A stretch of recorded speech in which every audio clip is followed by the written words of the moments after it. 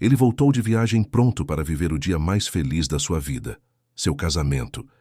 Mas ao passar por um parque, encontra sua própria mãe dormindo na rua, abraçada à antiga funcionária da casa. O que parecia um mal-entendido se revela um plano cruel e premeditado, que transforma completamente seu destino. A cerimônia é cancelada e o que nasce no lugar é uma história de justiça, reparação e coragem silenciosa. Se esta história te interessou, não se esqueça de se inscrever no nosso canal e diga-nos de que cidade você nos está vendo. Continuamos. Amanhã chegava devagar sobre São Paulo, trazendo consigo aquela luminosidade difusa que só as grandes cidades conhecem. O sol tentava furar a camada de névoa que ainda insistia em abraçar os prédios mais altos, enquanto o trânsito começava seu ritual diário de buzinas e motores apressados. Rafael ajustou o relógio no pulso e respirou fundo. Depois de 3 meses viajando por escritórios no exterior, fechando negócios e expandindo a empresa que construíra com tanto esforço, finalmente estava de volta. E não era um retorno qualquer, era o dia do seu casamento. O táxi percorria a Avenida Paulista com aquela lentidão característica das manhãs paulistanas. Rafael observava pela janela as pessoas caminhando apressadas, cada uma perdida em seu próprio mundo, carregando suas próprias preocupações. Ele sorriu para si mesmo. Em poucas horas, estaria ao lado de Marcela, dizendo sim diante de amigos, familiares e colegas de trabalho. Tudo havia sido planejado nos mínimos detalhes. A cerimônia seria às 5 da tarde, em um dos salões mais elegantes da Zona Sul. Marcela cuidara de cada arranjo, cada detalhe da decoração, enquanto ele estava fora. Confiança. Era nisso que um relacionamento sólido se baseava, ele repetia para si mesmo. Marcela entrara em sua vida há 2 anos, trazendo consigo aquela energia vibrante, de quem sabia exatamente o que queria. Ela era bonita, articulada, sempre impecável. Trabalhava com marketing digital e tinha aquele jeito decidido de quem nasceu para liderar. Rafael se sentia sortudo. Depois de tantos relacionamentos que não deram certo, finalmente encontrara alguém que parecia entender seu ritmo, suas ambições, suas ausências. Ela nunca reclamou das viagens longas, nunca questionou suas prioridades, sempre disse que confiava nele, e ele confiava nela. A mãe, Dona Helena, tinha 74 anos e morava com ele desde que o pai falecera, havia 5 anos. Era uma mulher reservada, de poucas palavras, mas de presença firme. Rafael sempre fez questão de que ela tivesse o melhor. Por isso contratara Irene, uma senhora de meia idade, paciente e dedicada, para acompanhar Dona Helena durante o dia. Irene era discreta, eficiente e tratava sua mãe com um carinho genuíno que o deixava tranquilo. Com as duas em casa, ele podia viajar sem culpa, ou assim acreditava. Quando o táxi virou na rua que levava ao seu apartamento, Rafael pediu ao motorista para desacelerar. Queria passar pelo Parque Trianon, um dos poucos refúgios verdes no meio daquela selva de concreto. Ele costumava caminhar por ali nos finais de semana, antes das viagens se tornarem frequentes. Algo naquela manhã o fazia querer sentir o cheiro da vegetação, ouvir o canto dos pássaros, reconectar-se com a cidade que tanto amava. O motorista parou próximo à entrada do parque. Rafael pagou a corrida, pegou sua mala pequena e decidiu caminhar os últimos quarteirões até em casa. O ar estava fresco e ele precisava daqueles minutos de silêncio antes de mergulhar na correria do casamento. Atravessou os portões do parque e seguiu por uma das alamedas arborizadas. Havia corredores matinais, pessoas passeando com cachorros, idosos sentados nos bancos lendo jornais. A vida cotidiana simples e honesta. Foi então que ele parou. No banco à sombra de uma árvore frondosa, 2 mulheres dormiam sentadas, abraçadas uma à outra. Estavam visivelmente exaustas, com roupas amassadas e uma sacola de pano ao lado. Uma delas estava descalça. Rafael sentiu um aperto no peito, daqueles que vêm sem aviso e apertam a garganta antes mesmo de a mente processar o que os olhos estão vendo. Ele deu mais alguns passos, devagar, como se temer que o que via pudesse desaparecer, se ele se aproximasse rápido demais. O coração disparou quando a imagem se tornou nítida. A mulher mais velha, com o cabelo grisalho preso num coque desmanchado, era sua mãe. A outra, de cabeça apoiada no ombro dela, era Irene. As duas dormiam ao relento, protegendo-se do frio da madrugada apenas com um xale fino que Irene carregava sobre os ombros de ambas. Rafael largou a mala no chão e correu. Seu corpo reagiu antes que sua mente conseguisse organizar os pensamentos. Ajoelhou-se diante delas e tocou suavemente o braço da mãe. Dona Helena despertou devagar, confusa, os olhos ainda cheios de sono. Quando o reconheceu, sua expressão mudou. Não era alívio, era vergonha misturada com tristeza. Uma vergonha que Rafael nunca imaginara ver no rosto daquela mulher tão digna.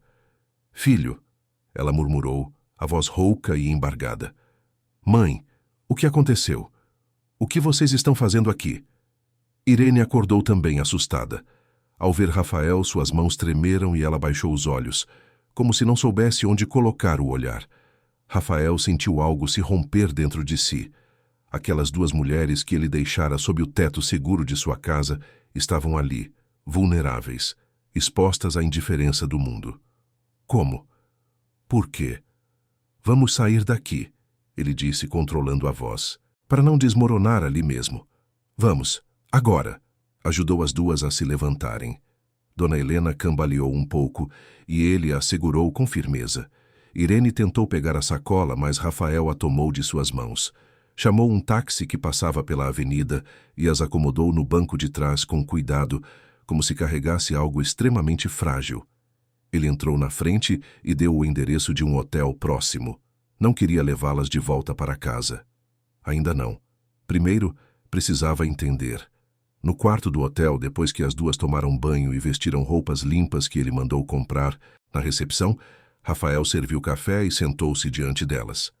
O silêncio era pesado. Dona Helena olhava para as próprias mãos e Irene não parava de limpar lágrimas que insistiam em escorrer. Agora vocês vão me contar tudo. Do começo.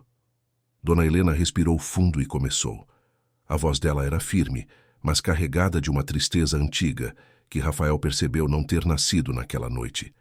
Ela contou que, desde que Marcela assumira o papel de futura esposa e começara a frequentar a casa com mais assiduidade, pequenas coisas haviam mudado.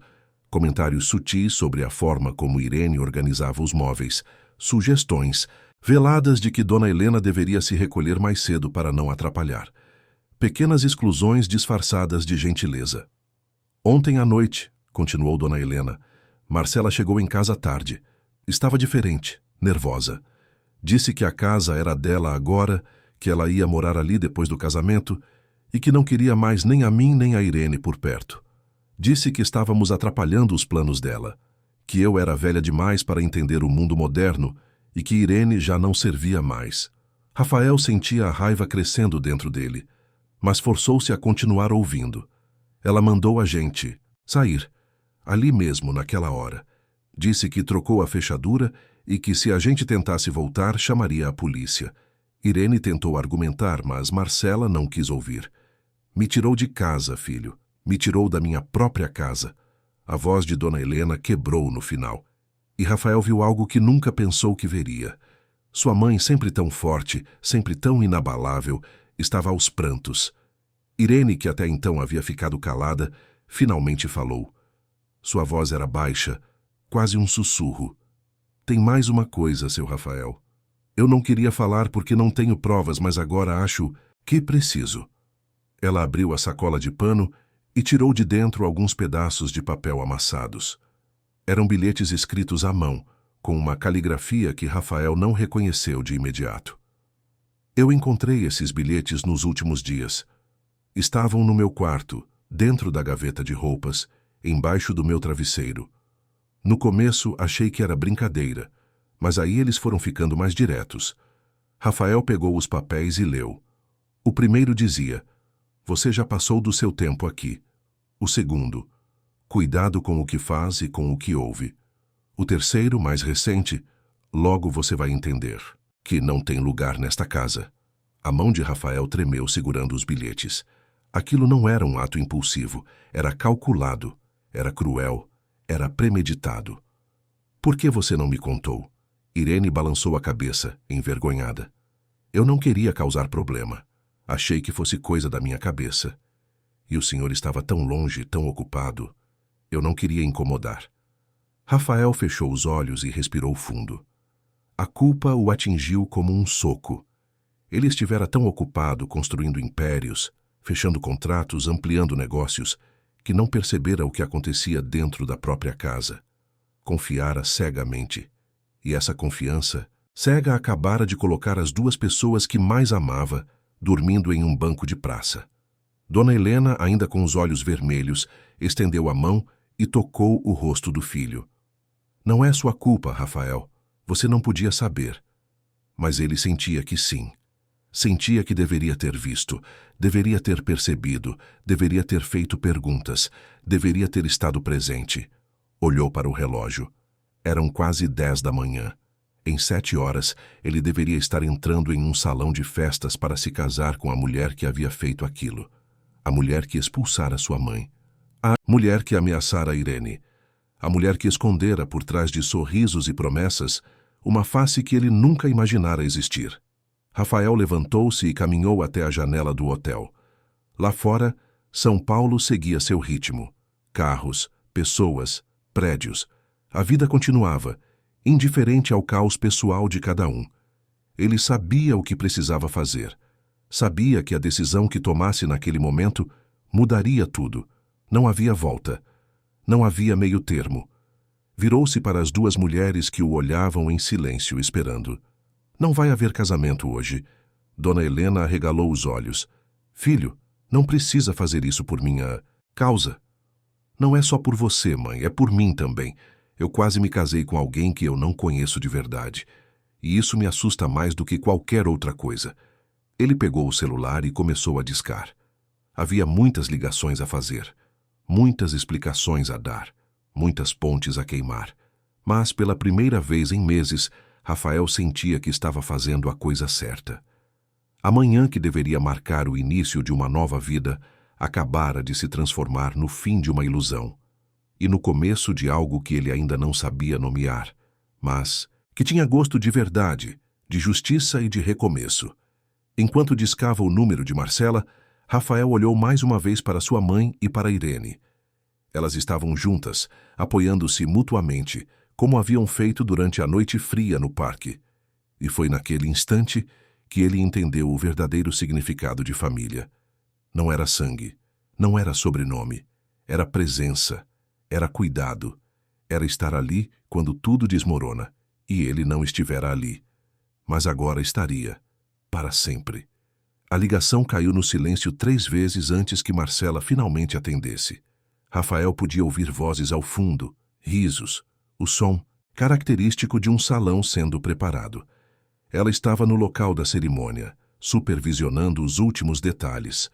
A voz dela veio animada, quase efusiva, como se nada de errado tivesse acontecido nas últimas 24 horas. Amor, você chegou?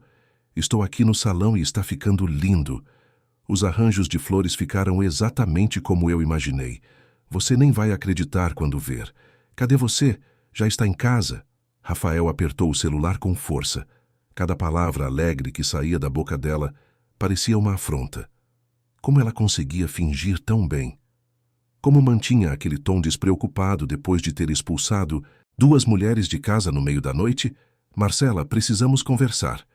Agora. Ela riu daquele jeito leve que ele sempre achou encantador e que agora soava falso, ensaiado. Conversar?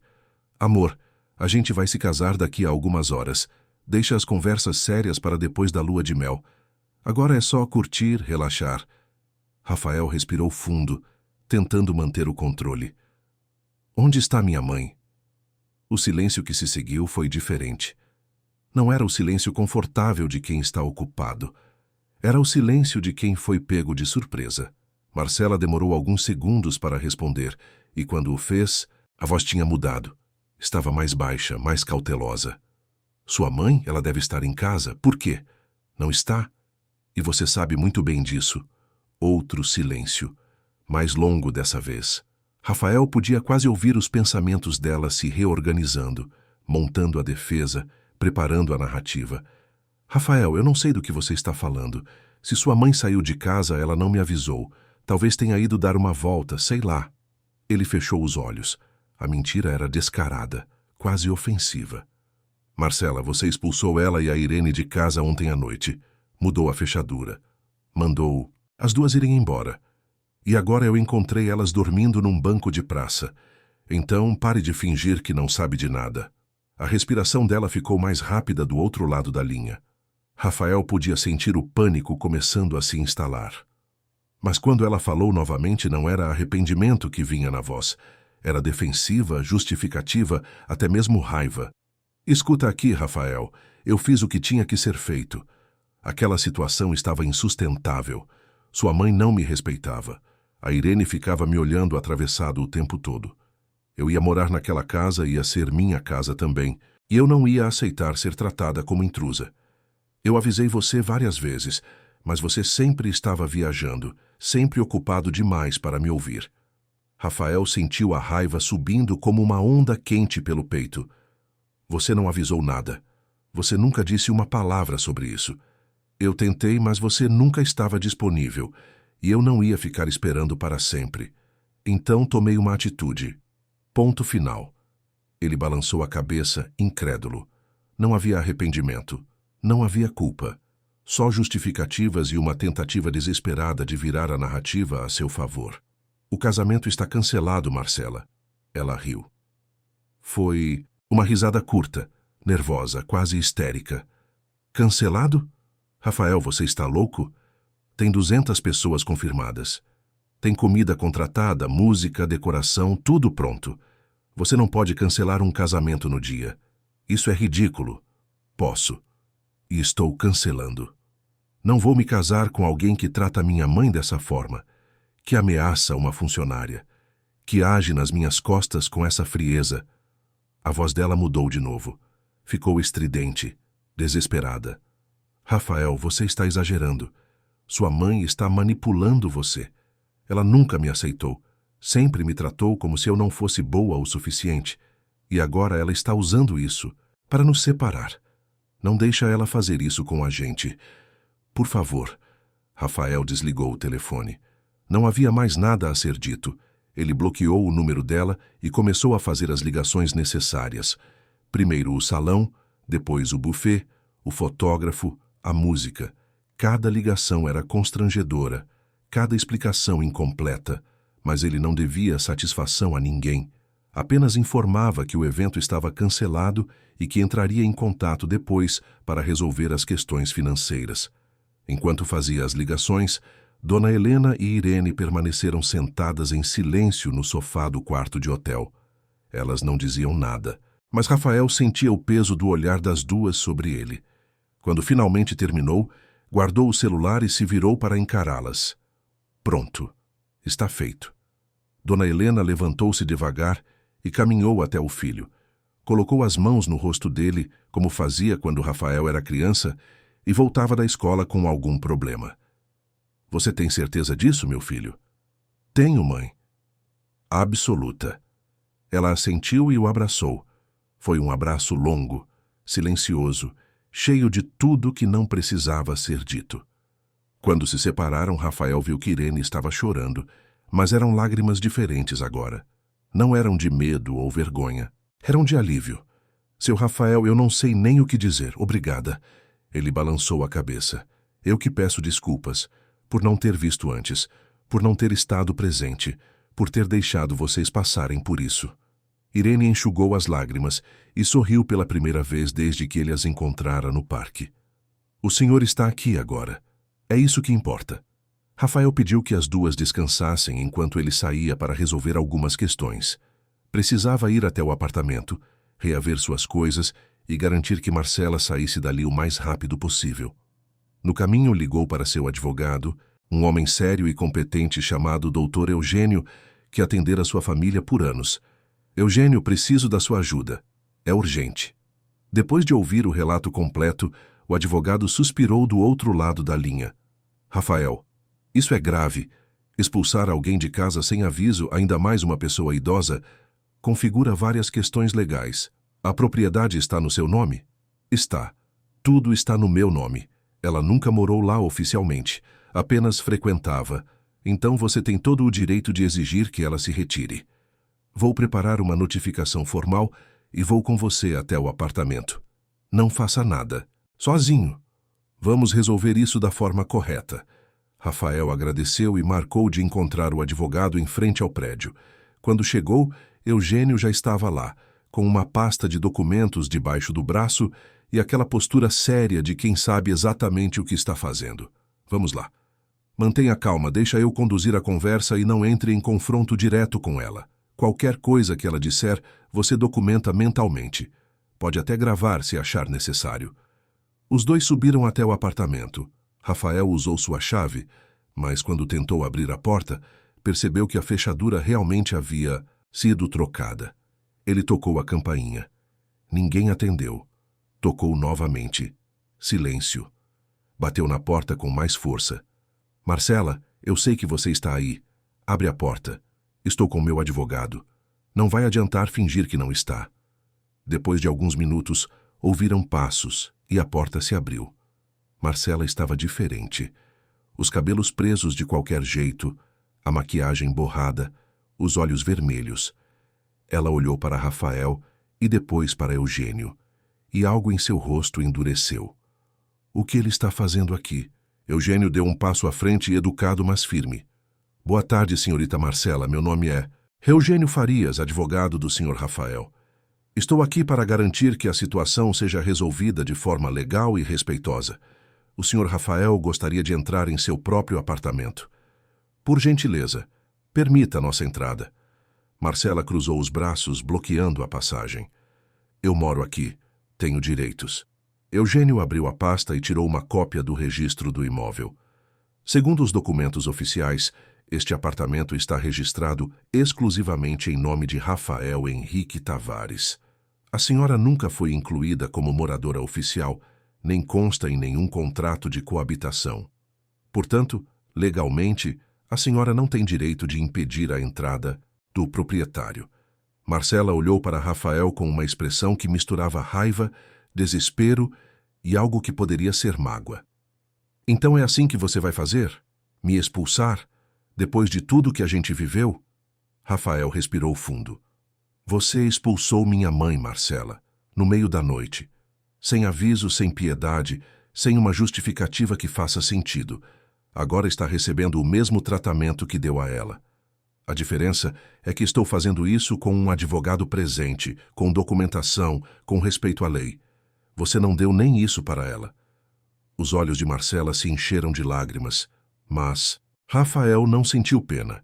Sabia que aquelas lágrimas eram mais de frustração do que de arrependimento. Eugênio interveio novamente, mantendo o tom profissional. Senhorita Marcela, a senhora tem 24 horas para retirar seus pertences deste imóvel. Caso contrário, tomaremos as medidas legais cabíveis. Aqui está a notificação formal. Por favor, assine o recebimento. Ele estendeu um papel. Marcela olhou para o documento como se fosse algo repugnante, mas pegou a caneta e assinou com um rabisco raivoso. Vocês vão se arrepender disso. Ela entrou no apartamento e bateu a porta. Rafael e Eugênio ficaram ali, parados no corredor. Ela vai cumprir. Eugênio guardou os papéis de volta na pasta. Se não cumprir, entramos com uma ação de reintegração de posse. Mas, geralmente, quando a pessoa percebe que não tem base legal, acaba cedendo. Vamos aguardar. Enquanto isso, sugiro que você e sua mãe fiquem no hotel ou procurem outro local temporário. Não force uma convivência que pode escalar para algo pior. Rafael concordou e desceu com o advogado. No caminho de volta ao hotel, passou novamente pelo Parque Trianon. O banco onde encontrara sua mãe e Irene ainda estava lá, vazio agora, como se nada tivesse acontecido. Mas algo havia acontecido. Algo grande, definitivo, irreversível. Ele parou por um momento e olhou para aquele banco. Ali, naquela madeira desgastada pelo tempo, duas mulheres haviam dormido porque não tinham para onde ir. E ele, que sempre se orgulhara de ser um homem de controle, de planejamento, de sucesso, percebeu que havia falhado no mais importante: estar presente, ver, proteger. Sentou-se no banco só por um instante, tentando sentir o que elas haviam sentido. O frio da madrugada, a insegurança, o medo, a humilhação, e algo dentro dele se quebrou de vez. Não era só raiva, era vergonha. Vergonha de ter sido tão cego, tão ausente, tão confiante em coisas erradas. Quando voltou ao hotel, encontrou Dona Helena lendo um livro e Irene assistindo televisão. Elas levantaram o olhar quando ele entrou, esperando notícias. Ela tem 24 horas para sair. Dona Helena assentiu sem dizer nada, mas Rafael viu nos olhos dela algo que nunca tinha visto antes. Não era alívio, não era vitória, era tristeza. Uma tristeza profunda pelo que tudo aquilo representava, pelo sonho desfeito, pela ilusão desmascarada, pelo amor que nunca foi real. E foi naquele momento, sentado na cadeira daquele quarto de hotel impessoal, que Rafael entendeu que cancelar um casamento era fácil. O difícil seria reconstruir a confiança que ele havia perdido. Não a confiança que Marcela quebrara, mas a confiança que ele perdera em si mesmo por não ter visto a verdade que estava bem diante dos seus olhos o tempo todo. Os 3 dias seguintes passaram como uma névoa densa que Rafael atravessava sem conseguir enxergar completamente o caminho. Marcela retirou suas coisas do apartamento na tarde do prazo estipulado, sem dizer uma palavra, sem olhar para trás. Deixou as chaves sobre a mesa da sala e foi embora acompanhada de 2 amigas que a ajudaram a carregar as malas. Rafael não estava presente. Preferiu evitar o confronto final. Eugênio ficou no apartamento para garantir que tudo ocorresse de forma civilizada e documentar a saída dela. Quando o advogado ligou informando que estava tudo resolvido, Rafael sentiu um alívio estranho, misturado com um vazio que ele não esperava sentir. Dona Helena e Irene voltaram para casa no dia seguinte. Rafael contratou um chaveiro para trocar todas as fechaduras novamente. Instalou câmeras de segurança na entrada e tomou providências que deveria ter tomado há muito tempo. Mas mais do que mudanças físicas, no apartamento, ele sabia que precisava mudar a si mesmo. Precisava estar presente, precisava ouvir, precisava ver o que estava bem diante dele. Na primeira noite de volta à rotina, os 3 jantaram juntos na sala. Era algo simples: arroz, feijão, frango assado que Irene preparara com aquele carinho que transformava comida em afeto. Dona Helena comeu em silêncio, olhando de vez em quando para o filho com uma expressão que Rafael não conseguia decifrar completamente. Havia alívio, mas também preocupação. Ela conhecia o filho bem demais para não perceber que ele estava lutando internamente com algo maior do que o simples término de um relacionamento. «Mãe, me desculpa», Rafael disse de repente, largando o garfo no prato. Dona Helena ergueu os olhos, surpresa. «Desculpar por quê, filho? Por não ter visto, por não ter estado aqui, por ter confiado cegamente e deixado você passar por isso. Eu deveria ter percebido, deveria ter feito perguntas, deveria ter prestado atenção». Ela estendeu a mão por cima da mesa e segurou a mão do filho. «Rafael, você não é vidente». Ela escondeu bem o que era. «E eu também não te contei tudo o que estava acontecendo, porque não queria te preocupar. Você estava trabalhando tanto, fechando negócios importantes, eu achei que conseguiria lidar sozinha. Mas você não deveria ter que lidar sozinha. Eu sou seu filho. Minha responsabilidade é cuidar de você». Irene, que estava quieta até então, limpou a garganta. «Seu Rafael, posso falar uma coisa?» «Claro, Irene. Sempre». Ela respirou fundo, como se estivesse reunindo coragem. «O senhor não tem culpa de nada. A senhora Marcela foi muito esperta. Ela só mostrava o lado ruim quando o senhor não estava. Na frente do senhor, ela era uma pessoa. Sozinha com a gente, era outra completamente diferente. Tinha dias que ela me olhava com um desprezo que dava medo. Fazia comentários sobre minha roupa, sobre meu jeito de falar, sobre como eu limpava a casa. Mas sempre disfarçado, sabe? Sempre como se fosse brincadeira. E eu tinha medo de falar, porque achava que ninguém ia acreditar em mim. Afinal, quem eu era? só a funcionária. Rafael sentiu o coração apertar. Você não é só a funcionária, Irene. Você faz parte dessa família. E eu deveria ter deixado isso claro desde o começo. Irene sorriu, e Rafael percebeu como aquele sorriso era raro. Quantas vezes ele realmente havia conversado com ela? Quantas vezes perguntara como ela estava? Se precisava de alguma coisa, se estava sendo bem tratada? A verdade doía. Ele havia sido um patrão ausente, confiando que sua boa intenção e o salário em dia fossem suficientes. Mas cuidado ia muito além disso. Depois do jantar, enquanto Irene lavava a louça e Dona Helena assistia a uma novela na sala, Rafael foi até o quarto da mãe. Sabia que ela guardava um diário. Sempre soubera. Desde criança, via a mãe escrevendo em cadernos encadernados, registrando pensamentos, momentos, reflexões. Ele nunca lera nenhum deles. Respeitava a privacidade dela. Mas agora, depois de tudo o que acontecera, sentia que precisava entender melhor o que sua mãe havia vivido nos últimos meses. Bateu na porta do quarto. Dona Helena estava sentada na cama, com um caderno no colo. Pode entrar, filho. Rafael entrou e sentou-se ao lado dela. Olhou para o caderno e reconheceu a caligrafia caprichada da mãe. É o diário? Ela assentiu.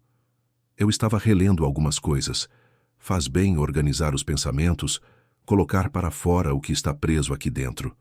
Ele hesitou, mas decidiu perguntar. Posso ler? Dona Helena olhou para o filho por um longo momento. Então, estendeu o caderno. Pode. Acho que você precisa ler. Rafael pegou o diário com cuidado, como se segurasse algo frágil e precioso. Abriu na primeira página e começou a ler. As anotações iniciais eram simples, cotidianas. Descrições do dia, do clima, de pequenos acontecimentos.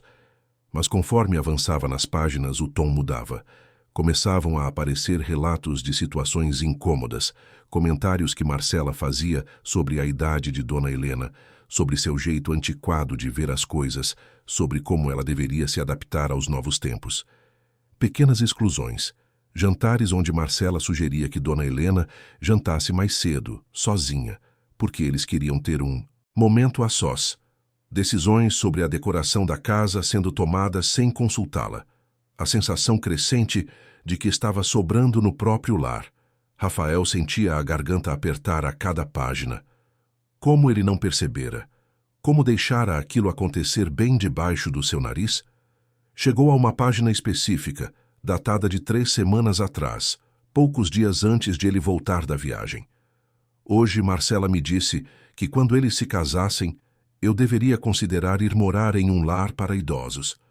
Disse que seria melhor para mim, que eu teria companhia de gente da minha idade, atividades, cuidados especializados. Disse que não era justo eu ficar sozinha em casa enquanto eles trabalhavam. Mas eu não estou sozinha. Tenho a Irene, tenho meus livros, minha rotina. Essa é minha casa. Não quero ir embora. Mas não tive coragem de dizer isso para ela. Apenas sorri e disse que pensaria no assunto. Estou com medo. Medo de perder meu lar. Medo de ser um fardo. Medo de que meu filho escolha ela ao invés de mim, e eu não poderia culpá-lo. Afinal, ele merece ser feliz, mesmo que minha felicidade seja o preço. Rafael fechou o diário. As mãos tremiam. Lágrimas começaram a descer pelo seu rosto sem que ele conseguisse controlar. Dona Helena colocou a mão nas costas do filho e o deixou chorar. Não disse nada. Apenas ficou ali, presente, oferecendo o conforto silencioso que apenas uma mãe sabe dar. Quando Rafael finalmente conseguiu falar, a voz saiu rouca. Mãe, eu nunca teria escolhido ela ao invés de você. Nunca. Você acredita nisso? Dona Helena assentiu. Eu sei, filho. No fundo eu sempre soube. Mas o medo é irracional. Ele não segue a lógica. Ele só consome. Eu prometo que isso nunca mais vai acontecer. Você nunca mais vai se sentir um fardo. Você nunca mais vai ter medo de perder seu lar, porque seu lar é onde eu estiver. Sempre foi e sempre será. Ela abraçou o filho e os dois ficaram assim por um longo tempo, em silêncio, curando feridas que iam muito além da situação com Marcela. Eram feridas antigas, de ausências, de palavras não ditas, de afeto assumido, mas não demonstrado. Nos dias que se seguiram, Rafael começou a reconstruir sua rotina. Não apenas a rotina física, mas a emocional. Passou a almoçar em casa sempre que possível. Passou a jantar com Dona Helena e Irene todas as noites. Criou o hábito de perguntar como o dia delas tinha sido, realmente ouvir as respostas e participar das conversas. Pequenas mudanças que, somadas, transformavam completamente a atmosfera da casa. Irene, inicialmente tímida e ainda assustada com toda a situação, começou a se abrir mais. Contou sobre sua vida, sobre os 2 filhos que criara sozinha e que agora estavam adultos, sobre seus sonhos de um dia ter uma casinha própria, sobre o orgulho que sentia de ter conseguido dar estudo para os meninos, apesar de todas as dificuldades. Rafael a ouvia com atenção e uma admiração crescente. Quantas histórias de força e superação passavam despercebidas todos os dias. Quantas pessoas trabalhavam incansavelmente, carregando mundos inteiros nas costas, sem que ninguém realmente as visse. Seu Rafael, posso te fazer uma pergunta? Claro, Irene. O senhor está bem? De verdade. Rafael pensou por um momento antes de responder. Estou me reconstruindo. Não vou mentir, dói. Dói perceber que investi 2 anos em algo que não era real. Dói saber que fui tão cego. Mas, ao mesmo tempo, me sinto aliviado. Descobri a verdade antes de cometer um erro irreversível. E descobri coisas sobre mim mesmo que precisava enxergar há muito tempo. Irene assentiu, compreensiva. O senhor é um homem bom, seu Rafael, só estava perdido, mas agora está encontrando o caminho de volta. Aquelas palavras simples tocaram Rafael de uma forma que ele não esperava. Estava encontrando o caminho de volta. De volta para quê? Para quem ele realmente era, antes de se perder nas ambições, nos negócios, na correria que o afastara do que realmente importava. Uma semana depois do cancelamento do casamento, Rafael estava no escritório quando recebeu uma ligação inesperada. Era Sofia, prima de Marcela, alguém que ele conhecera algumas vezes em reuniões familiares. Rafael, preciso falar com você. É sobre a Marcela. Ele suspirou. Não queria mais falar sobre Marcela. Queria seguir em frente, deixar aquilo para trás. Sofia, com todo respeito, eu não acho que seja uma boa ideia. Eu sei, eu entendo. Mas tem coisas que você precisa saber. Coisas que a Marcela está fazendo. Ela está espalhando versões mentirosas sobre o que aconteceu. Está dizendo que você a expulsou de casa porque sua mãe é controladora e manipuladora. Está dizendo que você é instável, que agiu por impulso, que vai se arrepender. Está tentando se fazer de vítima nas redes sociais e está funcionando. Tem gente que acredita nela. Rafael fechou os olhos, claro. Marcela não aceitaria a derrota em silêncio. Ela precisava controlar a narrativa, precisa salvar sua imagem. E o que você quer que eu faça, Sofia? A voz dela ficou mais firme. Que você conte a verdade, que você não deixe ela manipular todo mundo. Eu conheço minha prima, sei como ela funciona, e sei que o que ela está fazendo é errado. Você tem provas, tem testemunhas, tem a história real. Não deixa ela transformar você no vilão dessa história. Rafael pensou por um momento. Parte dele queria apenas deixar tudo para trás, não entrar nessa guerra de narrativas. Mas outra parte sabia que Sofia tinha razão. Silêncio podia ser interpretado como culpa, e ele não tinha nada do que se envergonhar. Obrigado por me avisar, Sofia. Vou pensar no que fazer. Quando desligou, Rafael ficou olhando pela janela do escritório, observando a cidade lá embaixo. São Paulo seguia seu ritmo frenético, indiferente aos dramas pessoais de cada um. Ele sabia que precisava tomar uma decisão. Confrontar Marcela publicamente ou deixar o tempo mostrar a verdade?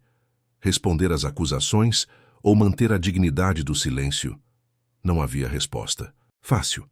Mas uma coisa ele sabia com certeza. Não importava o que Marcela dissesse. Não importava quantas pessoas acreditassem na versão dela. Ele conhecia a verdade. E as 2 pessoas que mais importavam, sua mãe e Irene, também conheciam. E isso, no fim das contas, era tudo o que realmente importava. A decisão de Rafael sobre como lidar com as mentiras de Marcela veio de uma forma inesperada. 2 dias depois da ligação de Sofia, ele estava tomando café com Eugênio em uma padaria próxima ao escritório quando o advogado mencionou algo que mudou sua perspectiva. Rafael, você já pensou em formalizar tudo o que aconteceu? Documentar oficialmente? Não estou falando de processar a Marcela necessariamente, mas registrar os fatos, ter tudo por escrito, protocolado, caso seja necessário no futuro. Rafael mexeu o açúcar no café, pensativo. Por que eu faria isso? Eugênio se inclinou sobre a mesa, baixando um pouco a voz. Porque pessoas como ela raramente param na primeira tentativa. Se ela está espalhando mentiras agora, imagine o que pode fazer daqui a alguns meses ou anos. Ter a documentação correta, com depoimentos, provas, datas, protege você, protege sua mãe, protege a Irene.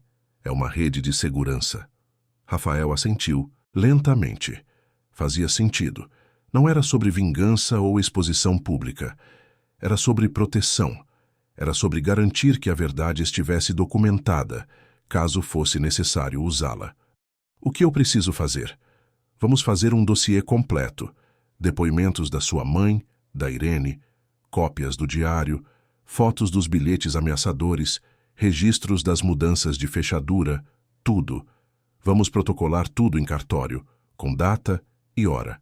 Assim, se ela escalar a situação, você tem como se defender com fatos, não com palavras. Nas semanas seguintes, Rafael trabalhou nisso. Sentou-se com Dona Helena, que relatou tudo o que vivera nos últimos meses, com datas e detalhes que sua memória ainda guardava nitidamente. Irene também deu seu depoimento, nervosa no início, mas cada vez mais firme conforme falava.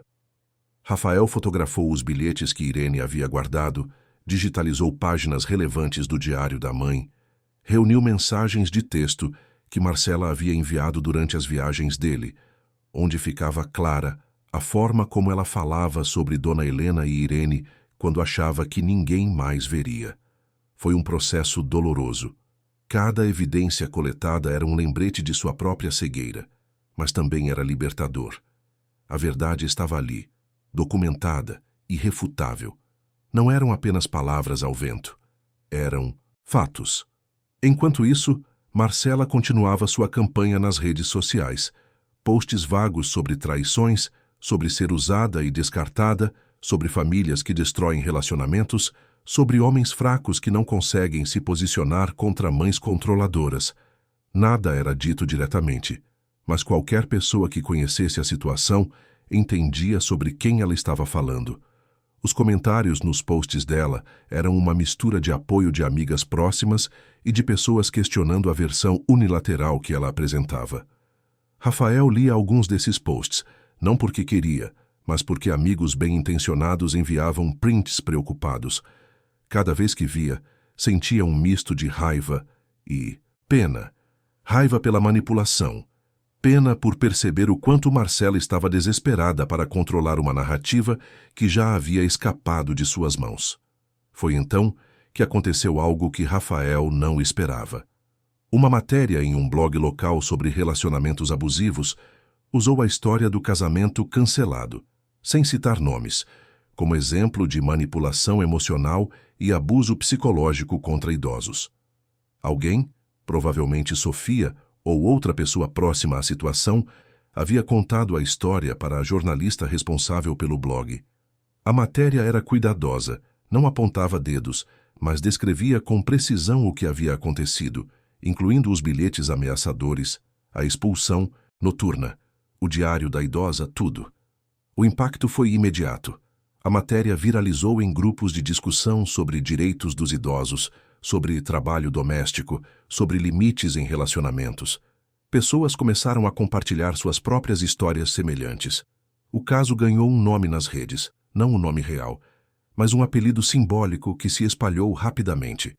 A cerimônia que não aconteceu. Tornou-se um símbolo de resistência contra abusos silenciosos que acontecem dentro de casa, longe dos olhos do mundo. Rafael descobriu sobre a matéria quando seu celular começou a receber dezenas de mensagens. Colegas de trabalho, amigos distantes, até clientes, todos perguntando se era sobre ele. Ele leu a matéria com o coração acelerado. Não havia nomes, não havia acusações diretas, mas estava tudo ali. Sua história exposta ao mundo de uma forma que ele nunca pretendeu. Ligou imediatamente para Eugênio. Você viu? Vi. E antes que você se preocupe, verifiquei. Não tem nada ilegal ali. Nenhum nome foi citado, nenhuma difamação foi cometida. É apenas uma história, baseada em fatos reais, mas apresentada de forma geral. Rafael respirou fundo. E agora? Agora você decide se quer se pronunciar ou deixar a história falar por si mesma. Minha sugestão? Silêncio. Você já tem tudo documentado, tem as provas, tem as testemunhas. Não precisa entrar nessa guerra pública. Deixa a verdade trabalhar sozinha. Rafael seguiu o conselho. Não se pronunciou publicamente. Não confirmou nem negou que a história era sobre ele. Apenas continuou sua vida, focando no que realmente importava. Sua mãe, Irene, seu trabalho, sua reconstrução pessoal. Mas Marcela não teve a mesma contenção. Quando percebeu que as pessoas estavam conectando os pontos, ela fez um post longo emocional, se defendendo das acusações implícitas. Negou ter expulsado ninguém de casa. Disse que havia sido mal interpretada, que apenas sugeriu mudanças que achava que seriam melhores para todos. Disse que foi ela quem foi expulsa, humilhada, abandonada no dia do próprio casamento. Mas algo havia mudado. As pessoas não estavam mais acreditando cegamente. Comentários começaram a aparecer pedindo o outro lado da história, perguntando sobre as evidências, questionando inconsistências na narrativa dela. A maré havia virado, e Marcela estava perdendo o controle que tanto lutara para manter. Rafael acompanhou tudo à distância, com uma sensação estranha de justiça sendo feita, sem que ele precisasse levantar um dedo. A verdade, como Eugênio dissera, estava trabalhando sozinha. Uma tarde, quase um mês depois do casamento cancelado, Rafael chegou em casa e encontrou Dona Helena e Irene na cozinha, rindo de algo que passava na televisão. O som das risadas o fez parar na porta, apenas observando. Quando foi a última vez que ouvira as duas rindo assim? Quando foi a última vez que sua casa havia sentido como um lar de verdade, cheio de vida, de afeto, de leveza? Entrou na cozinha e as duas olharam para ele, ainda sorrindo. O que é tão engraçado? Dona Helena enxugou lágrimas de tanto rir. Ah, filho, é uma cena dessa novela. A vilã caiu na própria armadilha e agora está tentando se fazer de vítima, mas ninguém está acreditando nela. Rafael sorriu. A ironia não passou despercebida. A vida imita a arte, não é? As três riram juntos e Rafael sentiu algo se acomodar dentro dele. Aquilo era cura. Não a cura instantânea e milagrosa, mas a cura lenta e verdadeira que vem do tempo, da presença, do cuidado diário. Naquela noite, depois do jantar, Rafael conversou seriamente com Irene sobre algo que vinha pensando há dias. Irene, eu quero regularizar sua situação aqui. Quero que você tenha todos os direitos trabalhistas garantidos, férias remuneradas, 13º, FGTS, tudo. E quero aumentar seu salário. Você merece muito mais do que eu tenho te dado. Irene ficou vermelha, claramente emocionada. Seu Rafael não precisa. Preciso, sim. E mais do que isso, quero que você saiba que tem um lugar aqui sempre que precisar. Não é só um emprego, Irene, você faz parte dessa família. E família a gente cuida, valoriza e protege. As lágrimas desceram pelo rosto de Irene, mas eram lágrimas de alegria, de reconhecimento, de dignidade finalmente restaurada. Obrigada, seu Rafael. O senhor não sabe o quanto isso significa para mim. Ele sabia. Ou pelo menos estava começando a entender. Porque não era só sobre dinheiro ou direitos. Era sobre ser visto. Era sobre ter sua humanidade reconhecida. Era sobre saber que você importa, que sua presença faz diferença, que você não é invisível. Nos dias seguintes, Rafael colocou tudo no papel. Regularizou o contrato de Irene, ajustou o salário, garantiu todos os benefícios. Também criou um fundo de emergência para ela, caso precisasse de ajuda com alguma despesa inesperada. E, mais importante, criou uma rotina de conversas regulares, onde Irene podia falar abertamente sobre qualquer coisa que a incomodasse, qualquer situação que achasse injusta, qualquer mudança que gostaria de ver. Fez o mesmo com Dona Helena. Instituiu um café da manhã semanal, só os dois, onde conversavam sobre tudo. Sobre o passado, sobre o presente, sobre sonhos e medos, sobre arrependimentos e esperanças. Aos poucos, Rafael foi conhecendo sua mãe de uma forma que nunca havia conhecido antes.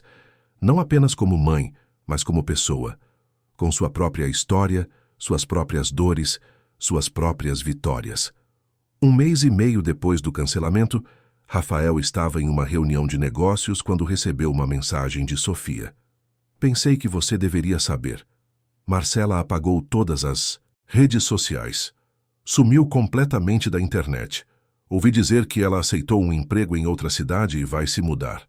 Rafael leu a mensagem e sentiu uma mistura de alívio e tristeza.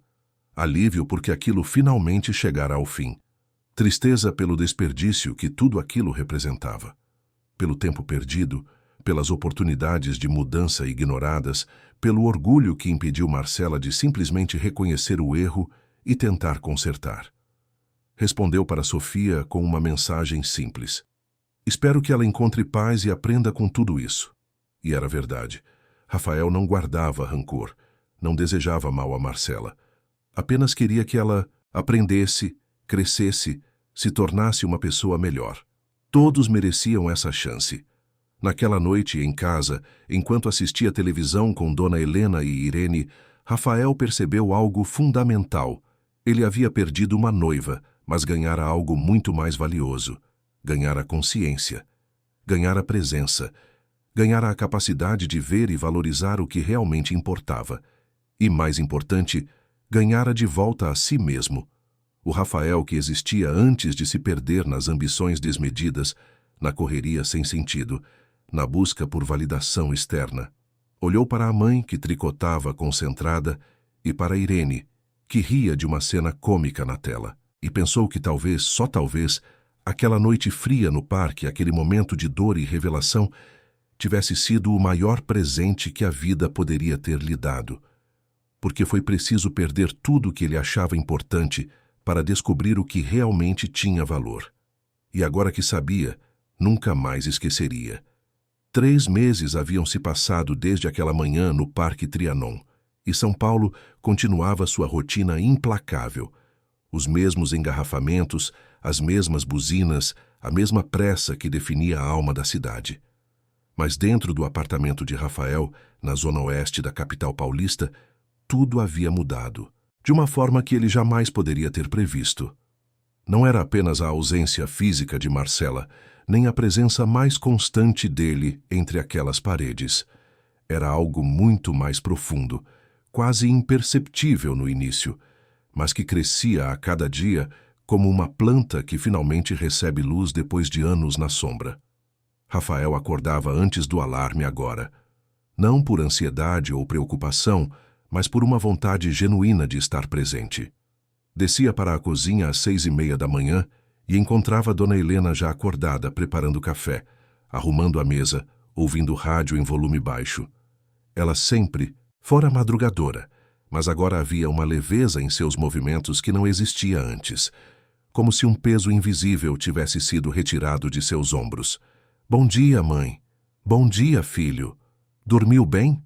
Era um ritual simples, mas significava tudo.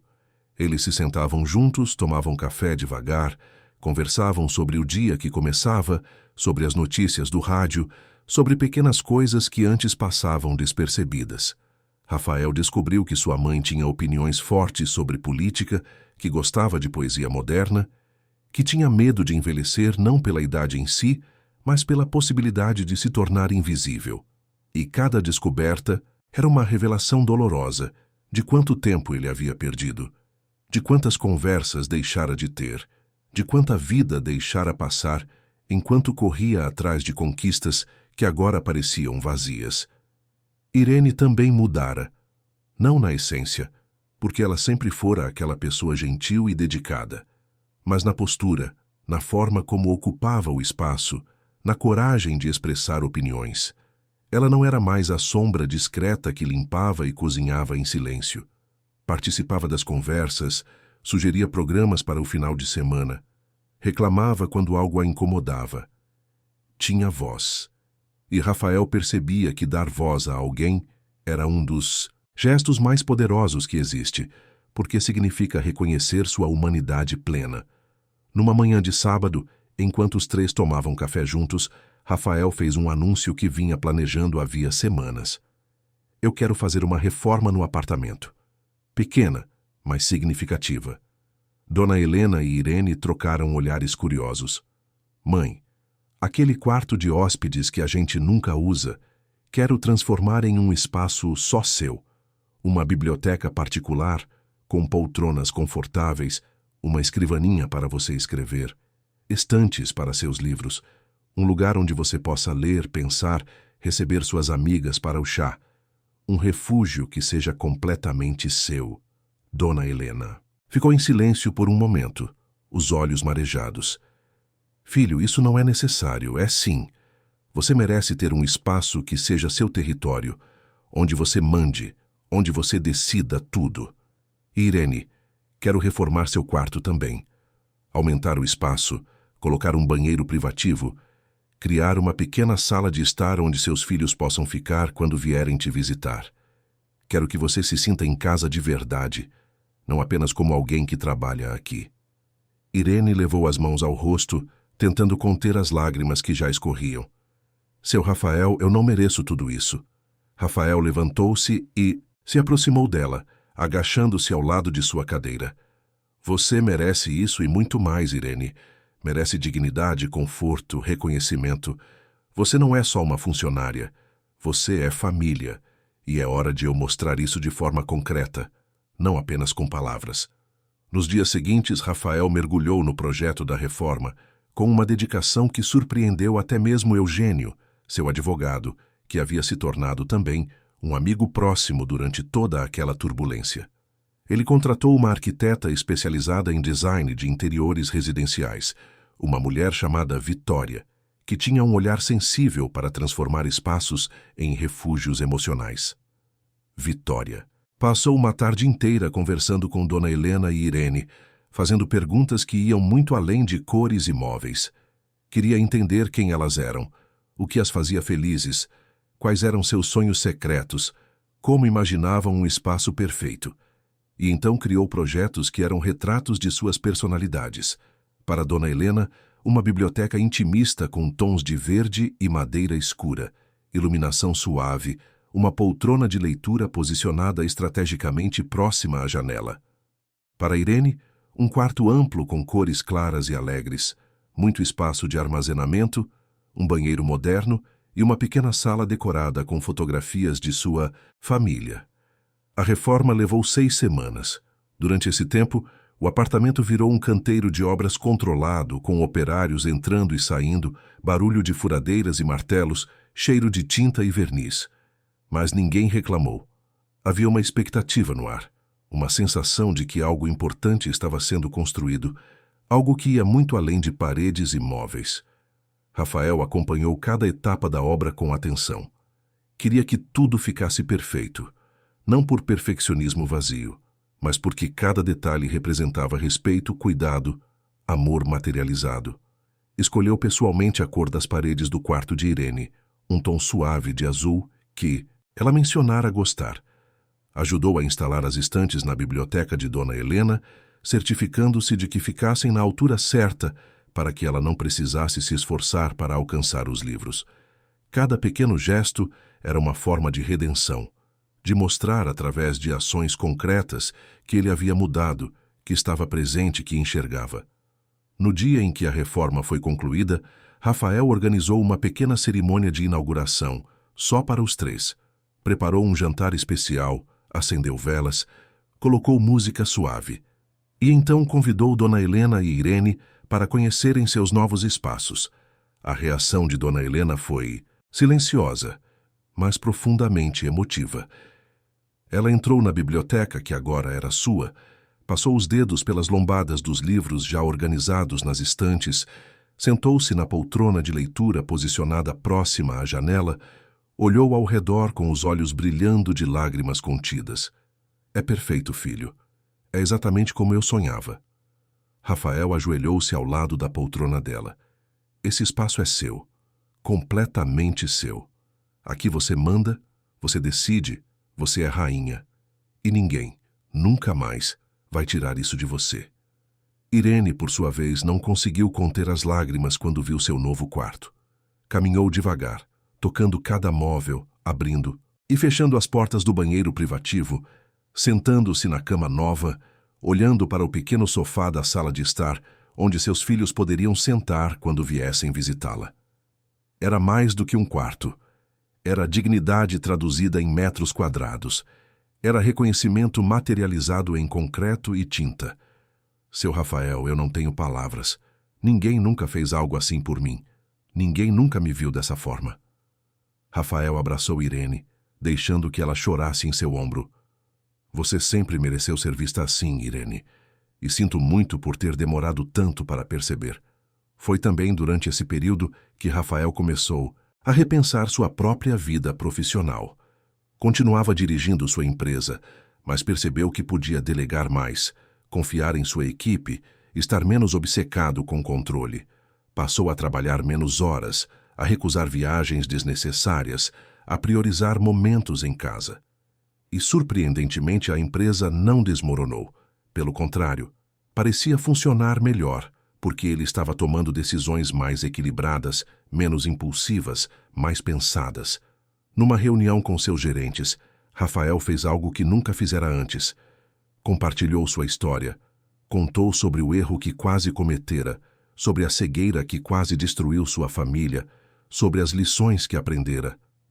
Alguns ficaram surpresos, outros emocionados, mas todos entenderam a mensagem. Sucesso profissional sem equilíbrio pessoal é uma bomba relógio, e Rafael não queria que nenhum membro de sua equipe passasse pelo que ele passou. Implementou mudanças na empresa, horários flexíveis para quem tinha filhos pequenos ou pais idosos, licenças remuneradas para cuidados familiares, políticas claras contra horas extras excessivas e, mais importante, criou uma cultura onde falar sobre dificuldades pessoais não era sinal de fraqueza, mas de humanidade. A produtividade não caiu. Pelo contrário, aumentou. Porque pessoas que se sentem cuidadas trabalham melhor, com mais foco, com mais lealdade. Um de seus gerentes, um homem, chamado Augusto, procurou Rafael algumas semanas depois das mudanças. Posso falar com você em particular? Claro, Augusto. Sempre. Eles se sentaram na sala de reuniões vazia. Eu queria agradecer por tudo que você implementou. Minha mãe está doente e tem Alzheimer em estágio inicial. E eu estava me matando, tentando dar conta do trabalho e dos cuidados com ela. Chegava em casa exausto, sem paciência, brigando com minha esposa. Estava entrando em colapso. Mas agora, com os horários flexíveis, consigo levá-la nas consultas médicas, passar mais tempo com ela, sem me sentir culpado no trabalho. Você não imagina o quanto isso mudou minha vida. Rafael colocou a mão no ombro de Augusto. Eu imagino sim, porque passei por algo parecido. E aprendi que cuidar das pessoas que amamos não é luxo, é necessidade. É o que nos mantém humanos. Aquela conversa confirmou para Rafael que ele estava no caminho certo.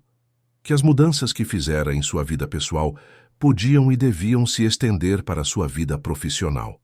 Que ser um bom líder significava cuidar não apenas dos resultados, mas das pessoas que produziam esses resultados. Uma noite, durante um jantar em casa, Dona Helena comentou algo que ficou ecoando na mente de Rafael por dias. Sabe, filho, eu estava pensando em toda essa situação e percebi que talvez a Marcela tenha sido o instrumento de algo maior. Não estou justificando o que ela fez, de forma alguma, mas se nada disso tivesse acontecido, você teria mudado? Nós teríamos essas conversas? Essa família estaria assim, unida de verdade? Rafael mastigou devagar, pensando na pergunta. Provavelmente não. Eu estava cego, mãe. Completamente cego. Vivendo no automático, achando que estava fazendo tudo certo só porque pagava as contas e garantia conforto material. Mas estava negligenciando o essencial. Presença, atenção, afeto verdadeiro. Irene, que geralmente ficava quieta durante conversas mais profundas, decidiu participar. Seu Rafael, posso falar uma coisa que venho pensando? Claro, Irene. Sempre. Eu acho que muitas famílias vivem do jeito que vocês viviam antes. Gente morando na mesma casa, mas não vivendo junto de verdade. Cada um no seu mundo. Ninguém se conectando de verdade. E às vezes é preciso uma crise grande para a gente acordar. A senhora Marcela causou uma tempestade, mas depois da tempestade veio a clareza. Veio a verdade. As palavras de Irene tinham uma sabedoria simples, mas profunda. Rafael percebeu que ela estava certa. Quantas famílias viviam exatamente assim? Compartilhando tetos, mas não vidas? Dividindo espaços, mas não existências? E quantas pessoas só acordavam quando já era tarde demais? Foi então que nasceu a ideia. Estava conversando com Eugênio numa tarde, tomando café numa padaria do bairro, quando o advogado mencionou casualmente que estava trabalhando em um caso de uma idosa que havia sido colocada à força num asilo pela família, contra sua vontade, porque os filhos queriam ficar com seu apartamento. Isso acontece muito? Rafael perguntou. Mais do que você imagina. Idosos sendo empurrados para fora de suas próprias casas, trabalhadores domésticos sendo explorados, abusos psicológicos acontecendo silenciosamente. O pior é que muitas dessas pessoas não sabem que têm direitos, não sabem onde buscar ajuda, têm medo de denunciar. E se a gente criasse algo para ajudar essas pessoas? Eugênio parou com a xícara no ar. Como assim? Um projeto, uma organização. Algo que oferecesse orientação jurídica, apoio psicológico, um espaço seguro para pessoas que estão passando por situações parecidas com a que minha mãe passou. Que desse voz para quem está sendo silenciado. Eugênio pousou a xícara e se inclinou sobre a mesa. Rafael, você está falando de criar uma ONG? Estou. Eu tenho recursos, você tem conhecimento jurídico. Podemos montar uma equipe competente. Podemos fazer diferença real. A empolgação tomou conta dos dois. Nas semanas seguintes, Rafael mergulhou no projeto com uma energia que não sentia há anos. Pesquisou, estudou modelos de organizações semelhantes, conversou com especialistas em direito do idoso e direitos trabalhistas, mapeou as principais necessidades. E então, começou a montar a estrutura da que seria chamada de rede de amparo. Alugou um espaço comercial pequeno, mas acolhedor, na região central de São Paulo, próximo ao metrô para facilitar o acesso. Contratou 2 advogados especializados em direito de família, uma psicóloga com experiência em traumas e abusos, uma assistente social e 2 recepcionistas. Montou uma linha telefônica gratuita para atendimento e criou um site simples, mas informativo. Tudo com recursos próprios, sem depender de doações ou financiamento externo, pelo menos no início. A inauguração foi discreta. Apenas uma pequena cerimônia com a equipe contratada, Eugênio, Dona Helena, Irene e alguns amigos próximos. Rafael fez um breve discurso, emocionado. Este projeto nasce de uma dor pessoal que se transformou em propósito. Nasce da vergonha de não ter visto o que estava acontecendo na minha própria casa. Nasce da vontade de transformar erro em aprendizado, cegueira em visão, ausência em presença. A rede de amparo existe para dar voz a quem está sendo silenciado, para oferecer dignidade a quem está sendo humilhado, para mostrar que ninguém está sozinho, que ninguém precisa dormir num banco de praça porque foi expulso da própria casa, que ninguém precisa aceitar abuso como normalidade. O impacto foi imediato. Na primeira semana, receberam 43 ligações. Pessoas desesperadas, contando histórias de sofrimento silencioso, pedindo ajuda, buscando orientação. Rafael não conseguia atender todos pessoalmente, mas passava pelo menos 3 tardes por semana no espaço, conversando com quem chegava, ouvindo relatos, oferecendo conforto. Cada história que ouvia era como olhar num espelho distorcido. Mães sendo tratadas como peso morto pelos filhos. Trabalhadores domésticos sendo explorados, trabalhando 16 horas por dia sem folga, sem dignidade. Idosos tendo suas economias roubadas por familiares. Abusos psicológicos mascarados de cuidado. E Rafael percebia que sua história não era exceção. Era apenas uma entre milhares. Um mês após a inauguração da rede de amparo, Rafael estava no escritório revisando alguns casos quando a recepcionista ligou para sua sala. Seu Rafael, tem uma pessoa aqui pedindo para falar com o senhor. Ela disse que é pessoal.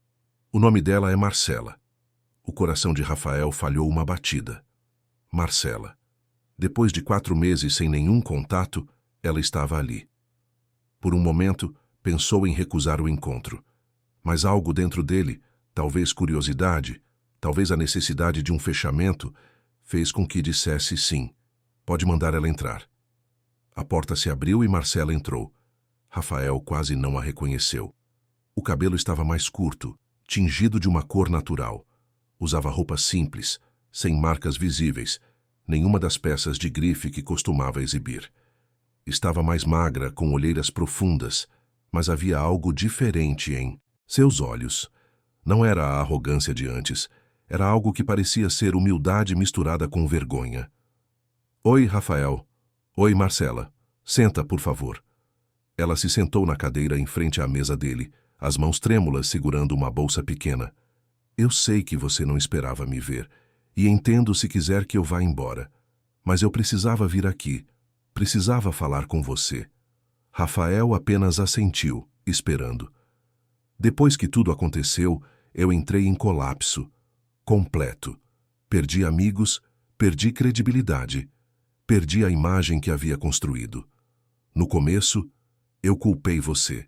Culpei sua mãe. Culpei o mundo inteiro. Mas tinha uma voz dentro de mim, pequena, mas insistente, dizendo que o problema era eu. Então fui para o interior, para a casa de uma tia em Ribeirão Preto. Aceitei um emprego simples numa loja de roupas e comecei terapia, 2 vezes por semana, todas as semanas. Ela pausou, respirando fundo.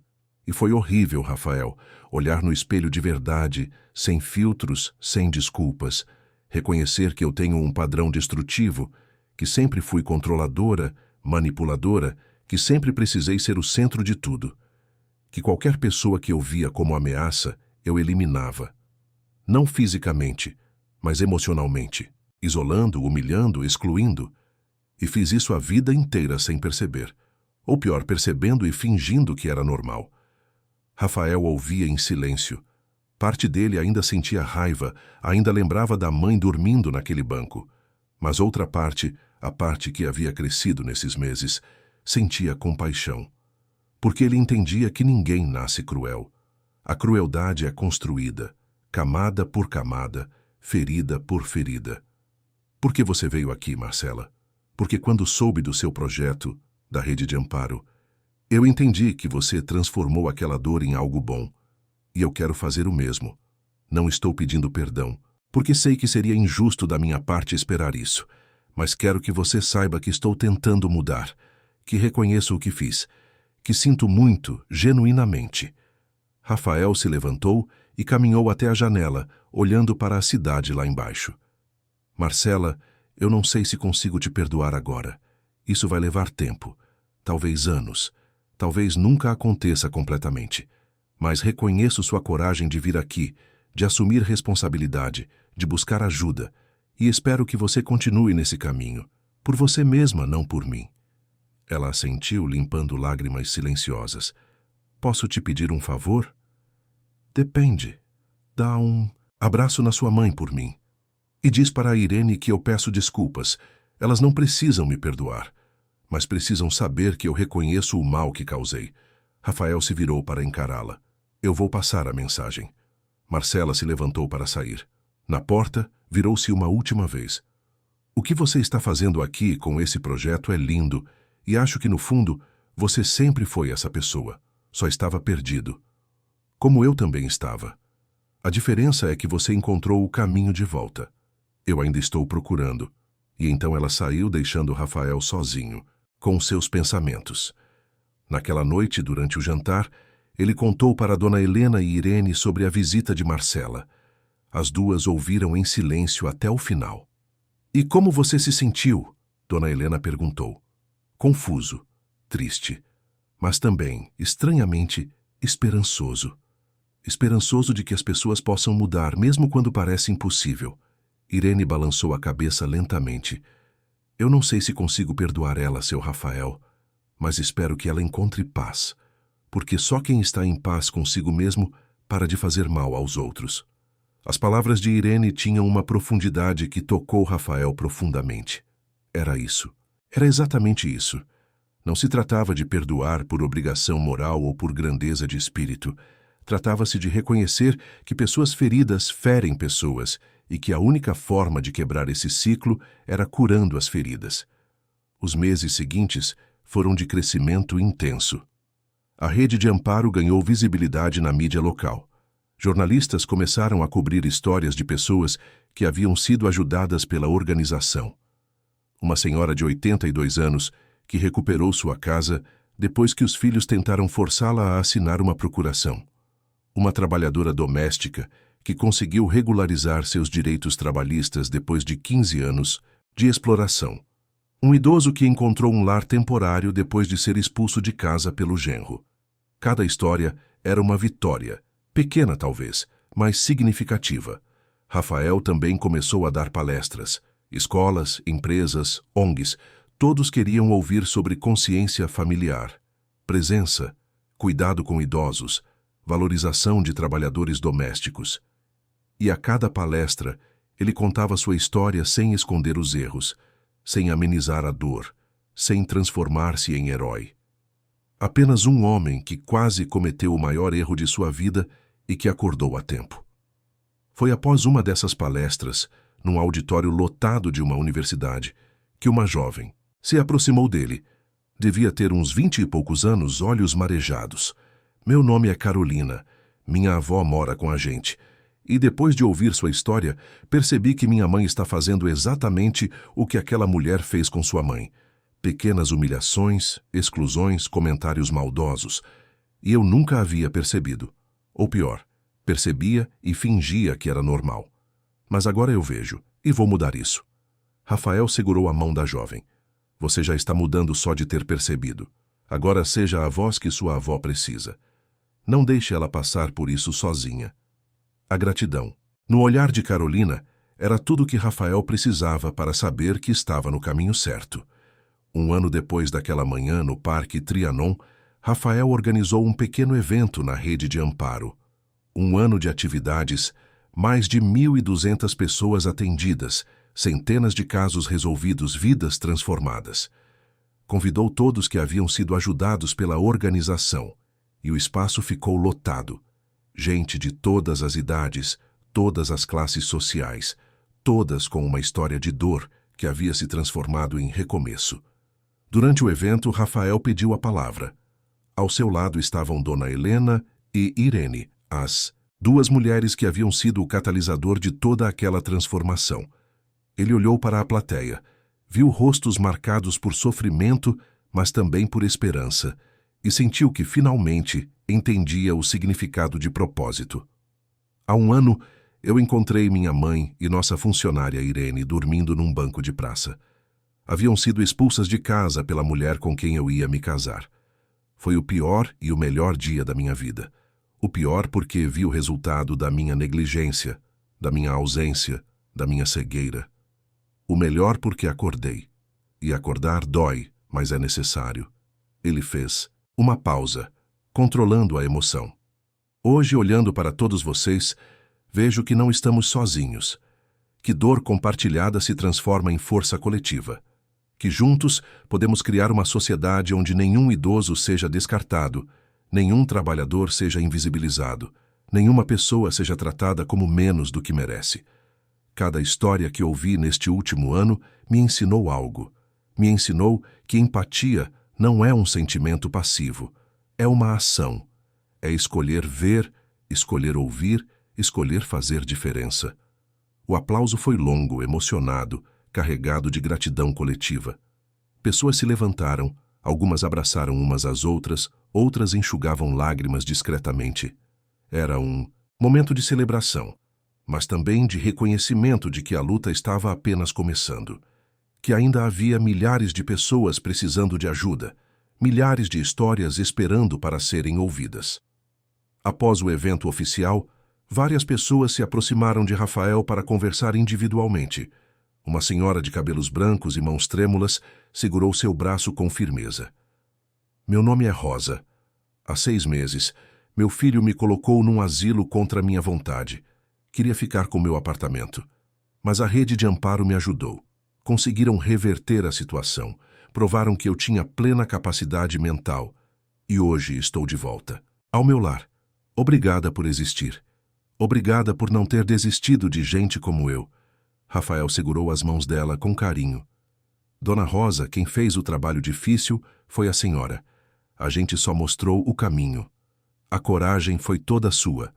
Outro homem, mais jovem, também se aproximou. Tinha olhos cansados, mas determinados. Eu sou Fernando. Minha esposa estava maltratando minha mãe há anos. Eu não via porque estava sempre trabalhando. Quando ouvi sua história numa palestra, foi como se alguém tivesse acendido uma luz. Cheguei em casa e realmente prestei atenção. Vi as pequenas crueldades, os comentários maldosos, a exclusão sistemática. Confrontei minha esposa, coloquei limites.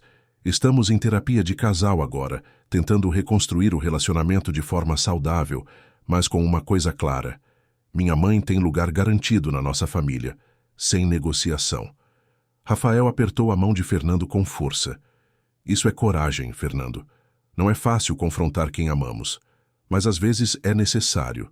E o fato de vocês estarem em terapia mostra que há esperança de mudança real.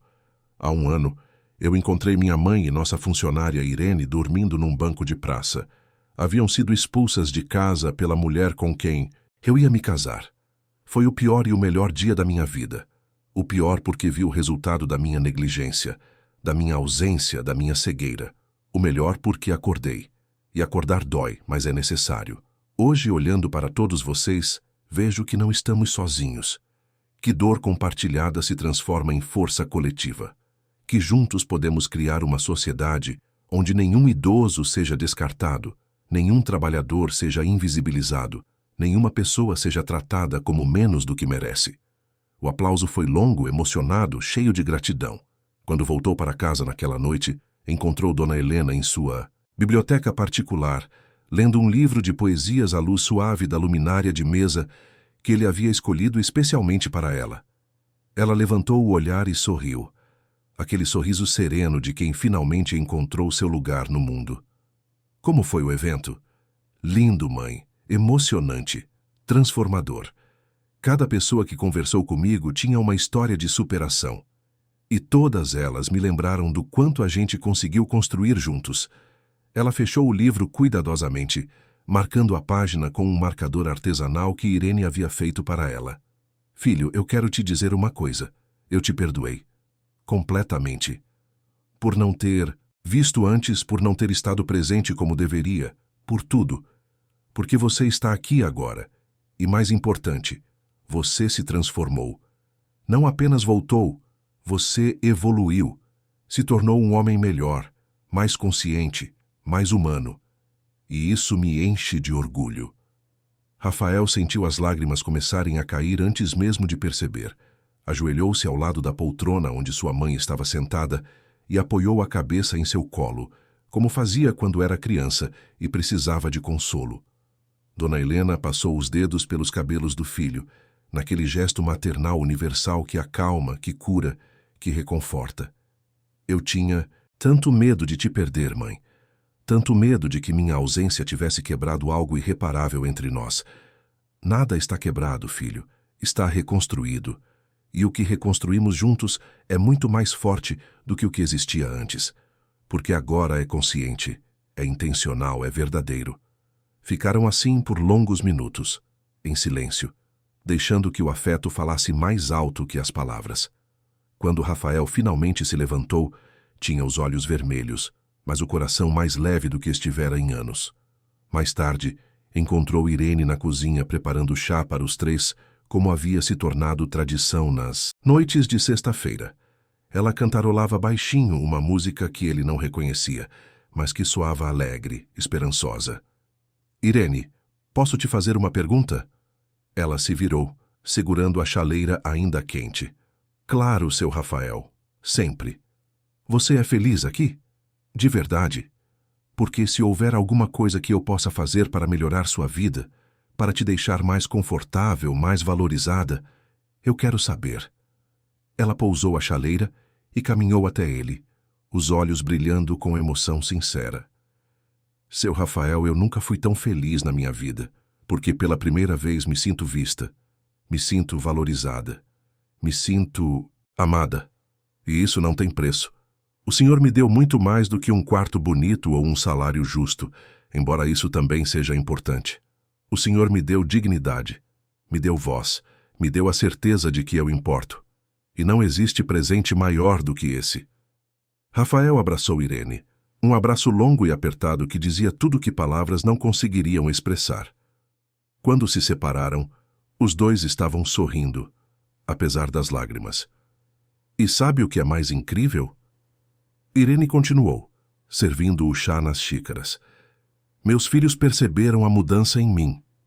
Disseram que estou mais alegre, mais confiante, mais eu mesma. E isso me fez perceber o quanto eu estava apagada antes, sem nem perceber. A gente se acostuma com tão pouco que quando recebe o mínimo de dignidade, parece um milagre. Aquelas palavras ecoaram em Rafael, enquanto os três se sentavam na sala para tomar chá juntos. Acostumados com tão pouco que o mínimo parece milagre. Quantas pessoas viviam assim? Quantas Irenes pelo mundo aceitavam migalhas de respeito porque nunca conheceram o que era ser verdadeiramente valorizada? Quantas donas Helenas se sentiam invisíveis nas próprias casas porque ninguém se dava ao trabalho de realmente enxergá-las? Aquelas palavras valiam mais do que qualquer contrato milionário que Rafael já havia fechado. Valiam mais do que qualquer reconhecimento profissional, porque eram um atestado de que ele havia aprendido a lição mais importante da vida. Que sucesso não se mede em conquistas materiais, mas em conexões humanas, em presença, em amor verdadeiro, em dignidade compartilhada. E enquanto os três tomavam chá juntos naquela noite, conversando sobre planos para o futuro, sobre sonhos e esperanças, Rafael percebeu que a cerimônia que não aconteceu havia dado lugar a algo infinitamente mais precioso. Uma vida vivida com intenção. Uma família construída em verdade. Um propósito que transformava a dor individual em cura coletiva. São Paulo continuava lá fora, indiferente, caótica, implacável. Mas dentro daquele apartamento havia paz. A paz que não vem da ausência de problemas, mas da presença de amor verdadeiro. E essa era a única revolução que realmente importava, a revolução silenciosa que acontece quando escolhemos ver, quando escolhemos ficar, quando escolhemos amar de verdade. Fim da história. Queridos ouvintes, esperamos que a história de Rafael, Dona Helena e Irene tenha tocado profundamente o seu coração. Se você se emocionou com essa jornada de reconstrução, amor e justiça, deixe seu like, inscreva-se no canal e conte nos comentários o que mais te marcou nessa história. Todos os dias, trazemos narrativas intensas como essa, que revelam o lado mais profundo da alma humana e nos fazem refletir sobre nossas próprias escolhas. Te esperamos no próximo episódio, com mais uma história que vai mexer com suas emoções.